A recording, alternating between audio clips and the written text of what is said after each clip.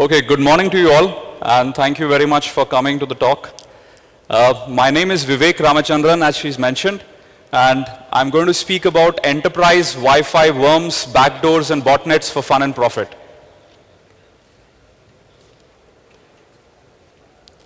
Okay, so quick introduction about who am I, right? And this is what we call in the hacker conferences as the shameless self-promotion slide.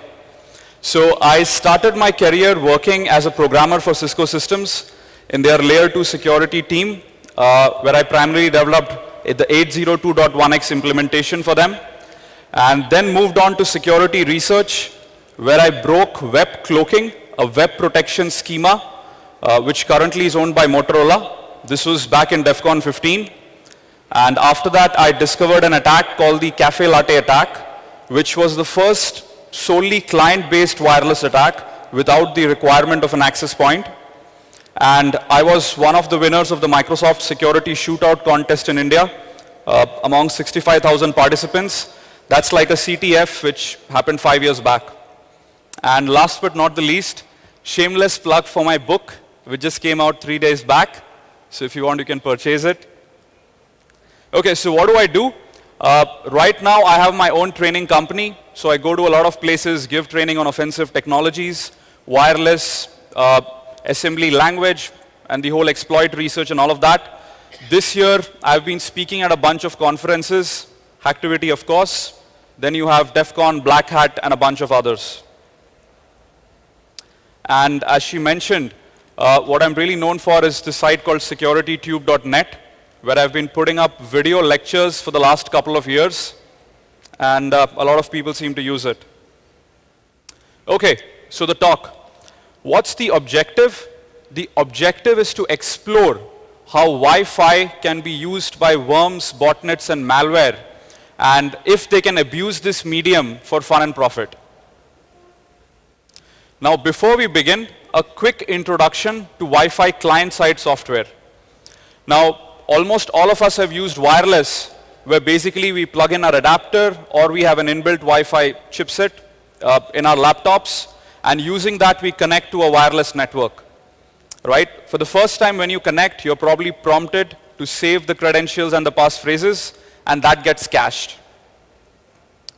Now, if you think about creating an access point on a client card, which is probably your laptop, there hasn't been much which has happened over the years.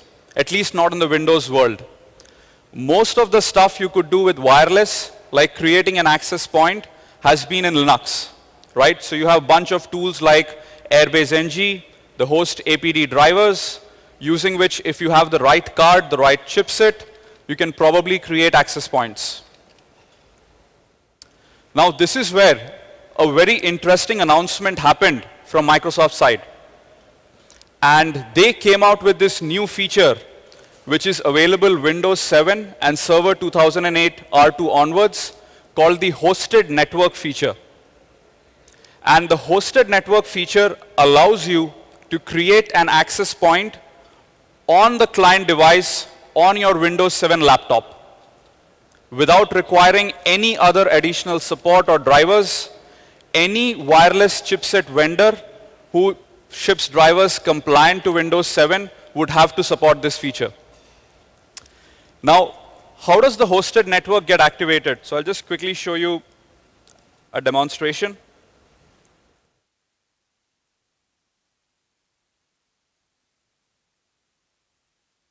Now, the hosted network can be created programmatically. Also, you could go ahead and create it using a command line. Now, very simple command. Net sh wlan set mode is equal to allowed, hosted network mode is equal to allowed. Then you go ahead and mention the SSID and the key.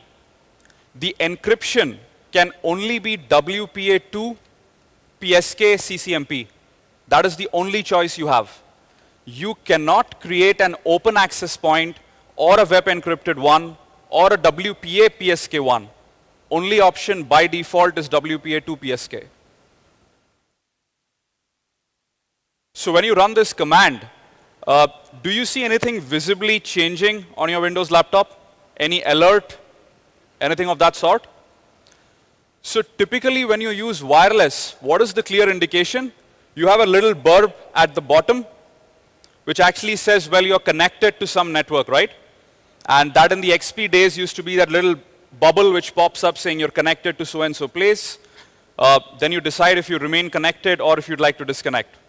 Now to start the hosted network, you need to go ahead and run the next command, which is basically netsh wlan start hosted network. And if you have a Windows 7 laptop, you could even do it live with me. Now, what does this do? This creates an access point on the Windows 7 client. Right? I've given the SSID demo, and if I now scan the air, so I have a backtrack instance which is also running, and I have two wireless cards here, one for the Windows VM and one for the backtrack VM. So if I go ahead and scan the air,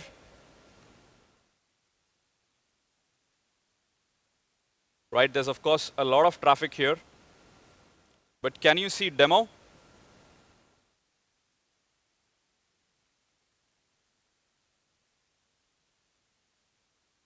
Right? So this is the access point which was just created on the Windows laptop. Is there any indication this happened? If you're probably using the computer, did you ever know this happened? Not at all, right? Now, this is where it gets more interesting. Now, I've taken a small excerpt from MSDN directly about this feature, and I want to read out every word, because only then will you appreciate the feature. It says, with this feature, a Windows computer can use a single wireless adapter to connect as a client to a hardware access point, which is your regular AP, while at the same time acting as a software AP, allowing other wireless capable devices to connect to it. So what this means is the hosted network and your client connection to your regular office network can concurrently exist at the same time. Right? They're not mutually exclusive. It's not that if you create the hosted network, you cannot use your card to connect to a regular access point. You can do both at the same time. So let me show you a demo of how that looks. I have a bunch of them, couple of them videos and couple of them live, because there's not enough time to do all of them live. So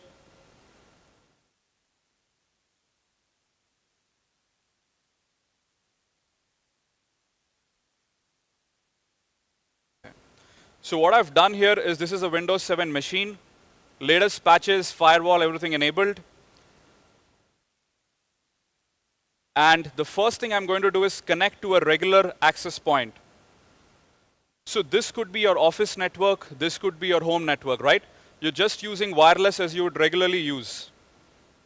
Now, at the same time, I'm also monitoring the air on a separate machine so that we can see when a backdoor or when this hosted network is actually going to come out. Right? We start monitoring the air. And if you notice, we can see the office network access point right here, as it's shown. Now we go back to the Windows 7 instance, and we will create the hosted network. Right? So let me connect to the access point first.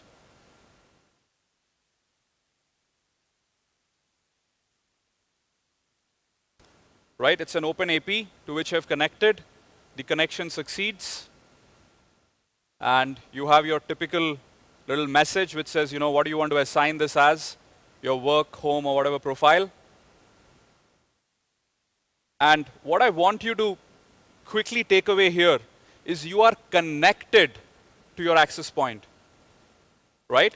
Now, we'll actually create the hosted network at the same time, and you will notice this connection does not get disrupted. The feature actually allows you to do both of them on the same Wi-Fi card. Now, how does it work? Well, they multiplex between the client and the AP mode. And the access point is created on the same channel as the client, which is currently connected to your office network, which could be, let's say, channel 1 or any other channel for that matter. Now, I'm just going to type in the same commands to go ahead and create a hosted network.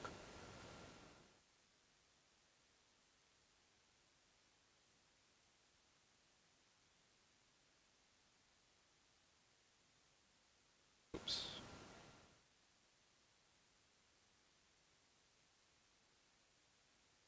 And by the way, you can do this programmatically as well. We'll come to that and to a tool release, which I've written.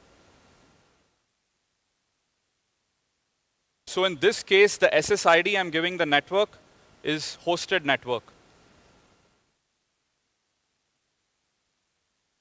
Right? And if you notice, we are still connected to the office access point. Now let me enable the hosted network. So right now, you're not able to see any new network here yet because the hosted network is created but not enabled yet.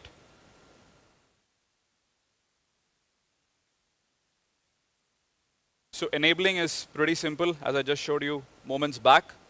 Just a quick start on the hosted network command.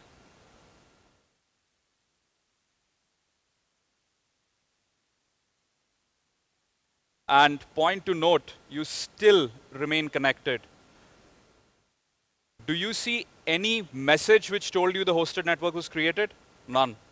And why I'm repeating this over and over again, because when a malware is going to do this, right, in the background, the user is not going to know about it.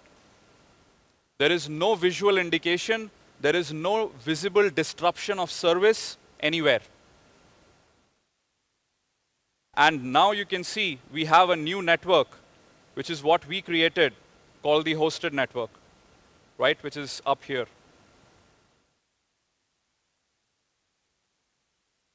So now your Windows 7 client is behaving as an access point and as a regular client connected to your corporate Wi-Fi.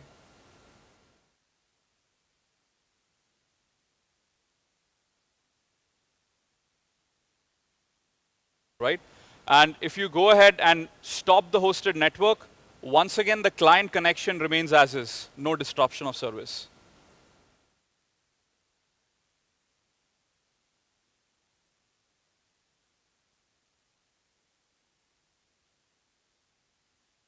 And if you notice right now, the hosted network just disappears, right, while you still remain connected.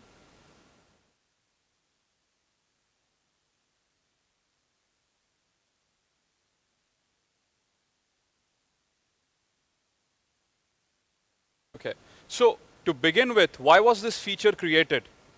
And what they really wanted to do is facilitate personal area networks, right? Let's say you're at a hotel and you only have a wired connection, but you want to put your iPad, your iPhone, all other devices also on the internet. How would you do it? Right? Probably there is no real access point you have with you. So what you could do is enable the hosted network feature, connect the devices, and then do internet connection sharing. Right? That is what this feature was used for. Anyone's ever used this feature? Right? So this is the funny part, is this has been released practically for the last 3 years and above.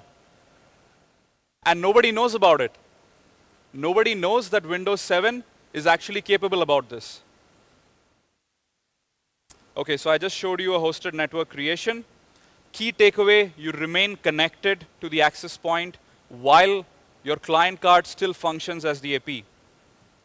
So how could we use this to our advantage?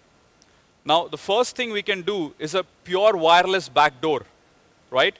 You could conceive of a piece of malware which can actually create a soft AP at the background with a key which can be derived by the malware author as well, which is probably it could use the BSSID, which is kind of freely visible, or it could use some sort of an hashing algorithm based on certain parameters like time of the day, where both the malware author as well as the malware running on the system can derive the same key, right? Of course, key limitation, this is short-range malware, which is you need to be in the vicinity. But I'll show you a simple way by which you can extrapolate that a little bit. Now, why is this a problem? Because when the hosted network is created, there is nothing shown to the user, no prompt at all, that this happened. Now, how many of you have heard about rogue access points in the enterprise, right? Many. Now, is this a real problem in the enterprise? Absolutely, right? Anyone, maybe an attacker or even the cleaning guy who could be a spy, could come in the dead of the night, connect an access point to your network, probably hide it somewhere, and then an attacker can actually be at the parking lot, connect to that AP, and then to your enterprise, right? Now with this feature, every client on your network could actually be a rogue AP, right? I think everyone uses Windows 7. So all of your laptops could actually function as a rogue AP. The best part, no hardware requirements. See, when you talk about rogue APs, I mean, people said, well, those access points are getting smaller and smaller, right? You have those pocket APs, you have the small battery-powered ones, but end of the day, it's a physical device which needs to be connected to a network somewhere, which is, if an administrator is actually looking at his network off and on, ensuring nobody can connect anything anywhere, probably uses .1x and a bunch of things, port-based authentication, this might not work, right? But the soft AP which just we spoke about is piggybacking on the legitimate connection of an authorized user connected to your network. And there is no hardware requirements. And I can tell you the best thing you could try is anyone you respect from a security perspective, just go type in those 2 commands on their Windows 7 computer and see if they ever come back to you saying that, you know what, you just created a rogue AP on my computer. I've never seen that happen. Okay, so what are the other advantages? Now, typically when you wanted to connect to a victim, you would have to use the internet, right? Some common IP network through which you can access him. Now, the biggest issue with this is there's going to be tons of logs generated. Yes, you could argue you're going to use Tor, you're going to use tons of proxies to probably make you anonymous, but the fact remains there is a trail. At the very least, someone knows that you connected if he's monitoring all the time. Now, in this case, if you're in range, there's no need to have any common network connectivity. The client itself can go ahead and provide you the network to connect to. And this is interesting simply because the attacker is not using any private or public network. He's using a common network with the malware running on that PC. So why is this cool? Well, to begin with, the victim doesn't notice anything. Now, how can someone even know that a hosted network is running on his Windows 7 laptop? Right? So I'll show you the only indication.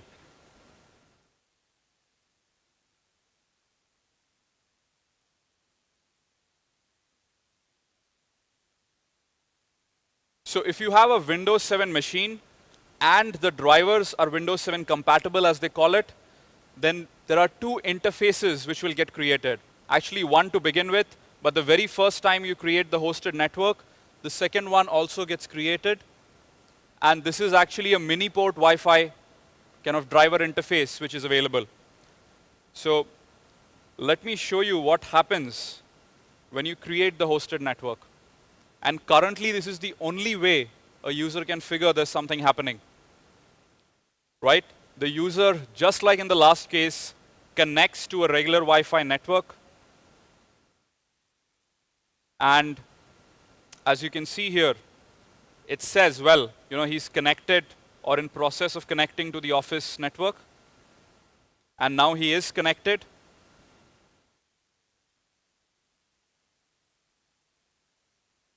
Now, let's create the hosted network. Right? And if you keep looking at the network adapter status, you'll actually notice that changes the moment we enable the hosted network. If you just create a configuration, nothing changes. You need to explicitly start it. Now notice what happens over here. This is currently the only indication. Now, how many of you actually go to your network settings every day? Every 2 hours? Every hour? So the real issue is, well, you would never know this has been created and running in the background because there is no indication whatsoever that this is running.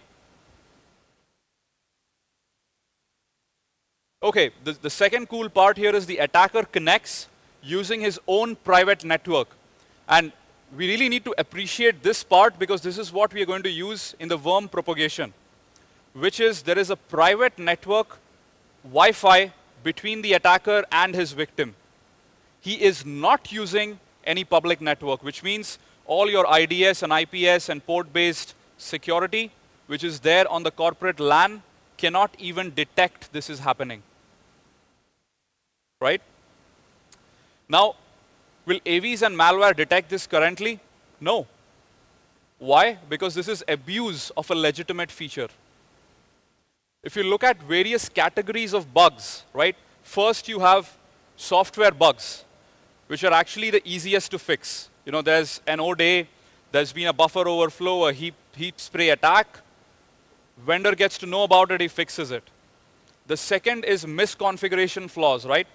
People do something wrong, but if you have the right people, which is a good IT team, they take care of all of that. But abuse of a legitimate feature can never be flagged as a mal activity. So can we make this more stealthy? We'll come to that a bit later. So when I started working on this, I was trying to understand if I could do more with this, right? Of course, you can create a backdoor, you connect to it, but what next? Now, then I started working in a similar direction as you would create proxy support when you do web hacking. So what happens? You actually chain proxies, right? You hop from one proxy to the other and to the other. Now, could you go ahead and create a chain of hosted networks connected to each other?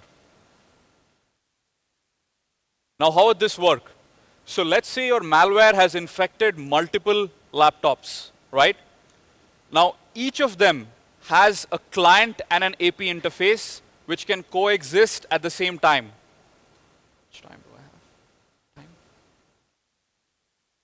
Right? Let's say the final computer is what is connected to an authorized network or to the internet.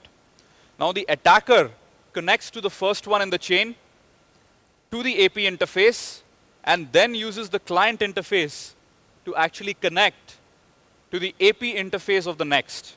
And this follows. Now, I've actually run some simulations which actual code which can run on all of this.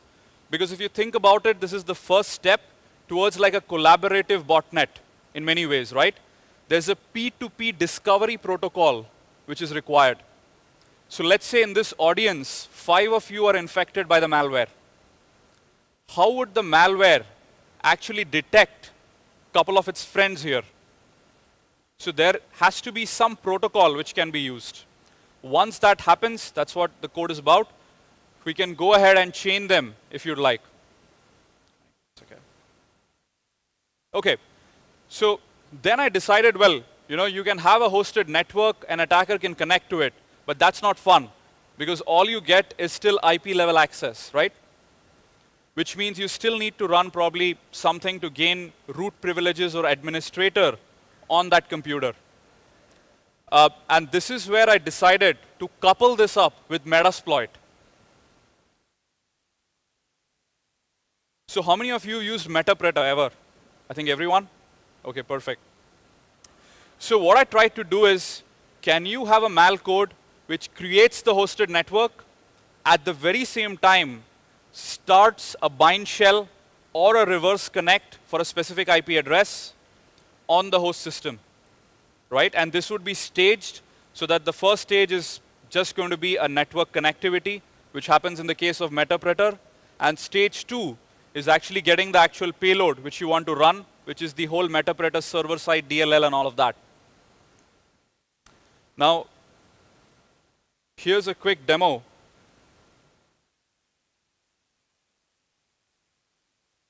of coupling this up with Metasploit.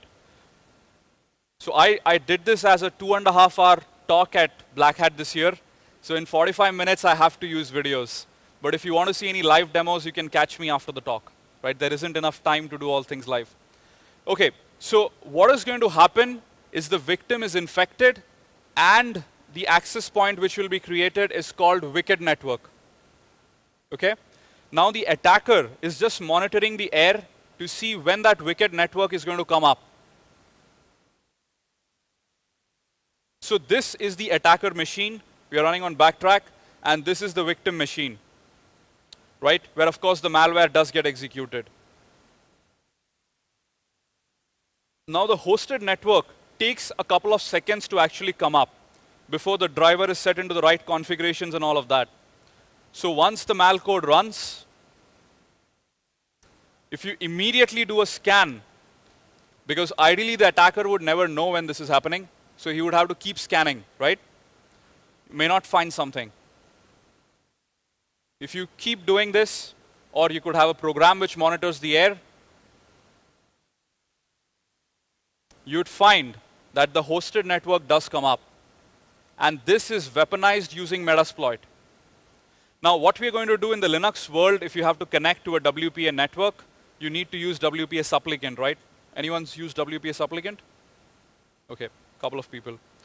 Now, what we are going to do is connect to it and basically have a Meterpreter bind shell waiting for us. Of course, you could do it your own way. You could have a reverse connect shell. You could do tons of other things for that matter. Right? So WPA supplicant will connect. One of the interesting things with the hosted network is also ships with its own DHCP server. So the moment you connect and request for an IP, you get an IP in the same range. And what would be the IP address of the Windows laptop? It's the gateway IP. So you already know where your victim is. Right? So we are trying to connect in the background, and we are also running the DHCP client at the same time.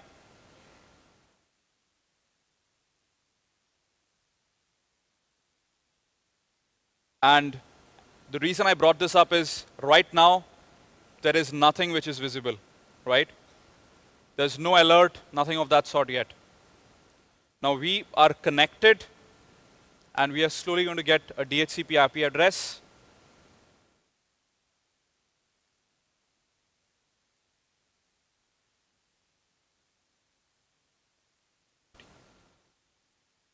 Right? You see authentication succeeded. The moment it succeeds, you get an IP address. The best thing I've seen in my test is just keep running the DHCP client. And no point waiting for the connectivity to succeed and then run it. Right?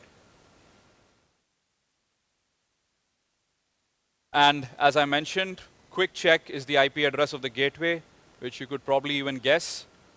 But this is the IP address on which we have a Meterpreter shell waiting for us. Now, this is all packaged into the malware, right? Of course, you may say Meterpreter is probably the most detected kind of shell code which is there out there. So you could write your own custom ones as well, or you could do encoding, you could pack it. There's a bunch of stuff, right? That itself is a topic by itself. So the Meterpreter session opens once again. One of the other interesting things is, wouldn't you expect that the moment a client connects to the soft AP, that Windows would tell you someone connected to you? Even that doesn't happen. So there could be 10 people connected to you on your soft AP, but you would never know.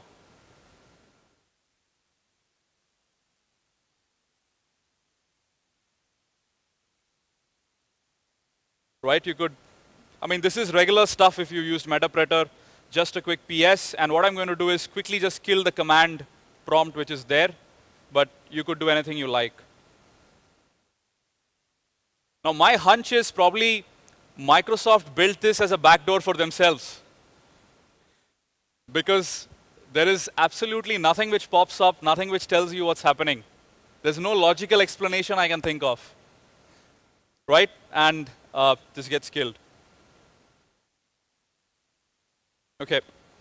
So how do you increase stealth? Now, one of the things is, of course, you could have the hosted network running all the time. That's a bad idea, right? The user himself would never know, because if he looks at his own list of networks, he will never see his own hosted network. Of course, that is by design. But here is something interesting you could do. This could also have a trigger, which is the malware continuously monitors the air, and the hacker could actually bring up an access point with a specific name, or a name which specifically follows an algorithm, right? Like bring up hosted network. Now, when the malware sees that that network is currently in the vicinity, it brings up the hosted network with the key which the attacker can derive. Now, the attacker can connect, he can do whatever he wants, and then again send a trigger which will bring down the mal network. Right? This is going to be much more powerful because this is on demand. Of course, he has to be in the RF vicinity. Now, from an administrator perspective, it's going to be a painful task, because he's going to sit, scan the air, and he'll find a lot of these rogue APs which he cannot physically see anywhere. Right? Okay. So anyone's used car metasploit ever? Couple of people? Okay. So very quickly, car metasploit is actually a metasploit script, and what it does is it brings up an access point. When a victim connects, it gives an IP address, and then it basically runs a little module called browser autopawn, which kind of brings up all these browser-based exploits, breaks in, and probably installs something else. Now, one of the biggest issues with car metasploit is that when the user connects to this wrong access point, right, there's a very small time window, because if you see you connected to an AP which you don't recognize, or which probably shouldn't be here, right? Maybe you have a home access point which suddenly shows up. You're going to disconnect, which means even if the attacker breaks in, he just has 2 or 3 minutes to do what he wants. So what I've done is, I've gone ahead and weaponized car metasploit with the hosted network. So the moment the attacker breaks in, he actually brings up a hosted network. So now if the victim disconnects his regular client software, the hosted network still remains. And that becomes a backdoor back into the machine. Right? Okay. But what about older clients? Is there something we can do about them? Because back compatibility is probably one of the most important things any malware author would think about, right? I mean, there could be thousands of Windows XP machines, OS X and whatnot running out there. So what I could figure is, not all of them provide the hosted network feature, but you could do the reverse thing. And the analogy I would use is the bind shell and the reverse connect shell. So the hosted network is like a bind shell which waits for you and you connect to it, while here we can do a reverse connect, which is the malware can connect to an access point brought up by the attacker. Right? So it can continuously scan and look at what APs are available, and that is something which is just a simple API call called get available wireless networks. The moment it sees an access point which the attacker has brought up, maybe based on some algorithm with which it can identify, immediately connects to it. Of course, the little pain point is that burp there, right? Which says you're connected. But if you're running something, I think you could easily figure out how to kill it so that there is no visual indication. Okay. So this got me thinking, can we use this for anything more? And this is where what I came up with is you could use this for an interesting way to propagate worms. Now, when you typically look at a worm, very broadly, I can dissect it into two parts. One is the actual exploit, the 0 day, the -1 day, whatever you want to call it, and then the propagation technique itself, right? What does it do to propagate? Like your Stuxnet was using USB.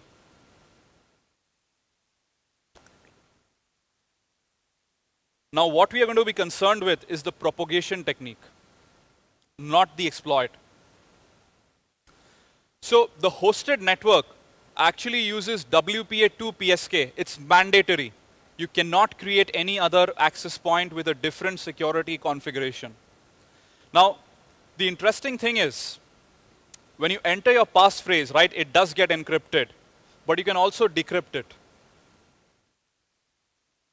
So the first thing the malware does, once it infects, is it goes ahead and decrypts all of the passphrases which have been stored for WPA2 PSK networks. Now, this attack is applicable to any office, any home, which uses WPA2 PSK as the security mechanism. And from what I understand, almost all SOHOs use it. Very few people, apart from large enterprises, probably can deploy and manage a Radius server, right? And have your WPA2 enterprise. Now, this is the actual routine which you could use. The whole idea is to use crypt unprotect data. People who are familiar with how Meterpreter, for example, gives you the hashes by going ahead and first doing a reflective DLL injection into the lasses process and then picking it up from there. So we could do something similar. Alternately, you don't even have to decrypt it. You can dump the configuration which contains the encrypted key and then just use it with another configuration. So this is quite interesting. And I'll just show you how the configuration looks like.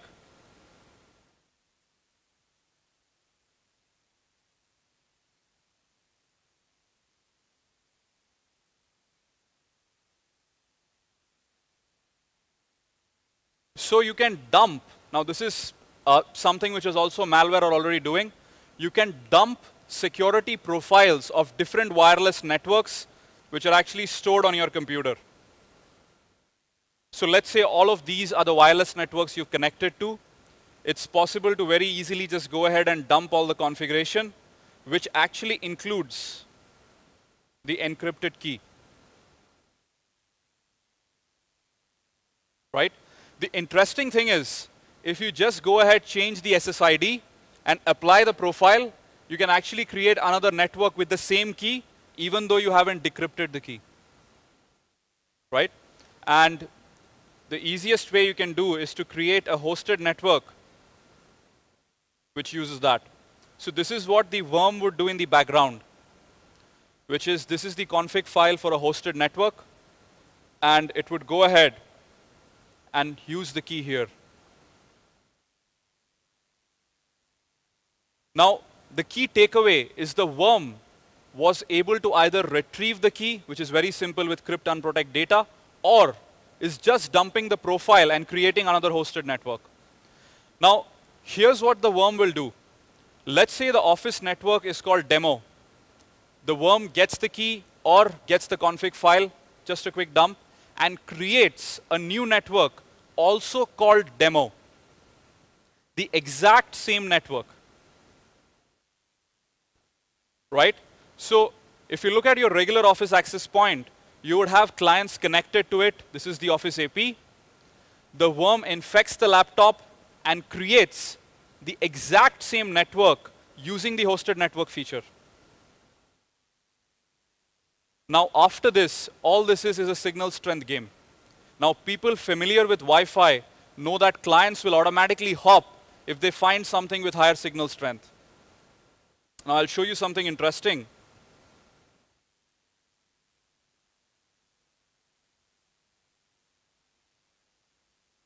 While I was doing the talk, I just created a fake access point which actually goes ahead and responds to all requests. And somewhere here, all of these people connected to me inadvertently. Right? So this is to prove that it's just a signal strength game. So I have an alpha card, and I've set it to transmit at 1 watt. And this is picking up all of the clients, and these clients are connecting to me. And I think most of them probably want to connect to the Hacktivity network, but they end up connecting to me. Okay, I just have a minute, so I'll just quickly breeze through this. So it's a signal strength game. And if the worm-infected laptop is very close to another laptop connected to the Office AP, and if the worm-infected laptop's hosted network has a slightly more higher signal strength, it actually hops to this access point. Okay? Once the hop happens, the second part is exploitation. As I said, of course, you need an exploit. You probably could use social engineering, the set, which is the social engineering toolkit bunch of stuff. Once the worm replicates itself, it creates an Office network on the victim it just exploited. So basically what you have very soon is all of these laptops which have created the same Office network in that vicinity. Right? And as more and more of them join in, their collective signal strength is higher than the access points. And more victims join in. So which is the best place for these to propagate? Places I think most hackers hate. Meeting rooms. Right? Everybody is seated closely to each other. Cafeteria, and many of these places. Okay. So once that happens, the most interesting thing here is, has the worm touched the wired LAN? No. It is propagating using its own private network with the same SSID as that of the Office network. So it is not touching the corporate LAN, and hence no defenses can immediately be applied. The worm is hopping from machine to machine. Where could this be used for a targeted APT? If let's say you just want to bring down one enterprise, and you know the SSIDs they use, the worm could be deployed just to attack that enterprise. Okay, so I want to do a demo, but before Black Hat and all these places, I read this. Of course, I did exchange a bunch of emails with Microsoft as well, and there was a little bounty for the worm creator, right? So POCs are good, but worm creation is not taken lightly. And I don't want this to happen, right? Which is me running and every second agency coming behind me. However, all the APIs are there. Proof of concept code, not of the worm, but of everything else I spoke about, will be available in this URL, probably by tonight or tomorrow. And you can try out all these things yourself. I think for an accomplished programmer to take these APIs which are here and to recreate what I just said is trivial. Right? Also for people who want to probably dive into Wi-Fi a little bit more, I've released 12 hours of HD videos on my website free of charge. This is called the Wi-Fi Mega Primer. Starts with the basics, goes up to WP Enterprise, how do you crack PEEP, TLS, man-in-the-middle attacks and whatnot. It's a free download. Right? So do we have any time? Okay, so we don't have much time, so if you have any questions, you can catch me, or you could just use this URL to download the code. You can write to me at vivek@securitytube.net. I probably forgot to mention my email address.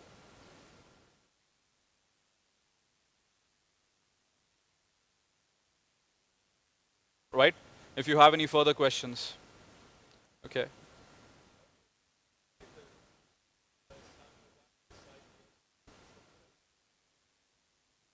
Right. So the interesting thing is, I used to work for a wireless IDS IPS company called Airtight Networks, based out of Silicon Valley. The issue currently with IDS IPS is it just shows a lot of rogue access points with the same SSID. But when they do the wired side test, which is what all these IDSs use to figure out if it's actually connected, the wired side test fails. Because using this virtual AP, the attacker hops over the interface, but the AP itself is never exposed to the wired side. Right? So I've run out of time. Thank you very much.